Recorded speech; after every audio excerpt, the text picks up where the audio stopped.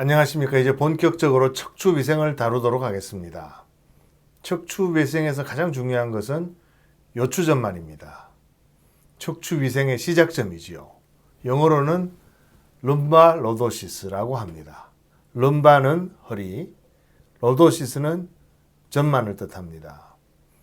요추전만이란 서 있는 사람을 옆에서 보았을 때 허리가 배 쪽으로 쑥 들어가 있는 그 커브를 뜻하는 것입니다. 요추전만은 허리의 손상을 막는 매우 중요한 곡선입니다. 서 있을 때 무게중심선이 척추뼈의 회전축에 가장 가까이 지나도록 해가지고 체중이 디스크에 압박을 가할 때 그 압박이 최소화되도록 하는 것이고요. 또 무거운 물건을 들 때 허리 디스크에는 나쁜 힘이 걸립니다. 전단력, 쉬어로드라고 해서 두 개의 허리뼈를 앞뒤로 어긋나게 하는 힘입니다. 그런데 요추전만 상태로 무게를 들면 허리를 구부정하게 들 때에 비해서 전단력이 약 10분의 1로 줄어드는 것입니다. 이처럼 요추전만이 중요하다고 제가 늘 입이 아프도록 말씀드려도 대부분의 전문가들은 그 반대로 생각을 하고 있습니다. 요추전만이 나쁜 것이다. 요추전만은 병이다. 이렇게까지 의견을 가진 분들이 많은데요. 왜 많은 전문가들이 요추전만을 나쁘다고 생각하는지, 과연 그것이 옳은 일인지를 알아보도록 하겠습니다. 학생 때 저의 은사이신 서울의대 명예교수님께서 얼마 전 제 진료실을 찾아오셨습니다. 수년 전부터 허리가 조금씩 아프더니 최근 들어서 매우 아프다 이렇게 말씀하시는 거죠. 통증 점수가 7점을 넘길 때가 많다고 하십니다. 그러고 보니 한 몇 년 전에 지하철역에서 배웠을 때 허리가 좀 불편하다 그런 말씀을 하셨던 기억이 납니다. 그래서 영상을 확인해 봤더니 4번, 5번 디스크가 왼쪽으로 좀 탈출이 되어 있고요. 5번, 1번, 천추 1번 디스크 사이에는 종판이 좀 끼어져 있습니다. 그래서 분명히 나쁜 자세나 운동으로 척추위생을 제대로 지키지 않으신 것이 느껴지는 것이죠. 그래서 혹시 나쁜 운동 같은 거 하신 거 없으신지요? 라고 여쭤봤더니 하시는 말씀이 유명 저널에 나온 척추관 협착증 운동을 열심히 따라 했는데 너무 아프더라. 그런데 최근 자네 책을 봤더니 그게 모두 나쁜 운동이라고 되어 있더라. 라고 말씀하십니다. 그래서 그 말씀하신 논문을 찾아보았더니 2015년도에 Annals of Internal Medicine이라고 매우 권위 있는 저널에 실린 논문인데요. 허리를 구부리는 스트레칭을 많이 시키고 있었습니다. 왜 이토록 많은 전문가들이 요추전만을 나쁘다고 생각하고 있는지, 요추전만을 없애야 된다고 생각하는 것일까요? 그 이유는 크게 세 가지로 나눌 수 있습니다. 용어에 대한 오해가 있고요. 인간의 직립보행과 척추 통증에 대해서 잘못 알고 있는 오해가 있고요.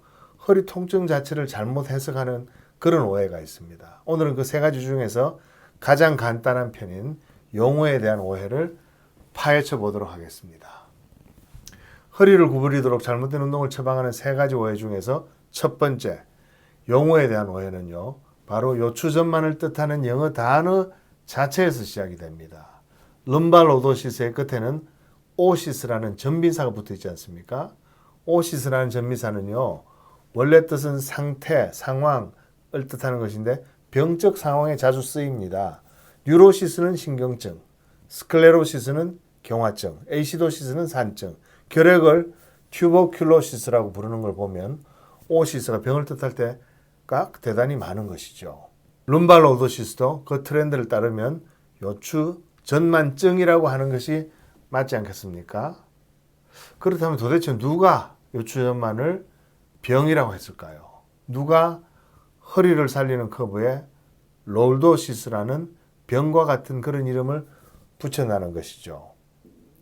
롤도시스라는 용어를 처음 만든 것은 히포크라테스로 되어 있습니다. 이를 척추 변형의 한 종류, 즉 질병이라고 규정한 것은 그로부터 500년 후에 태어난 갈렌이었는데요.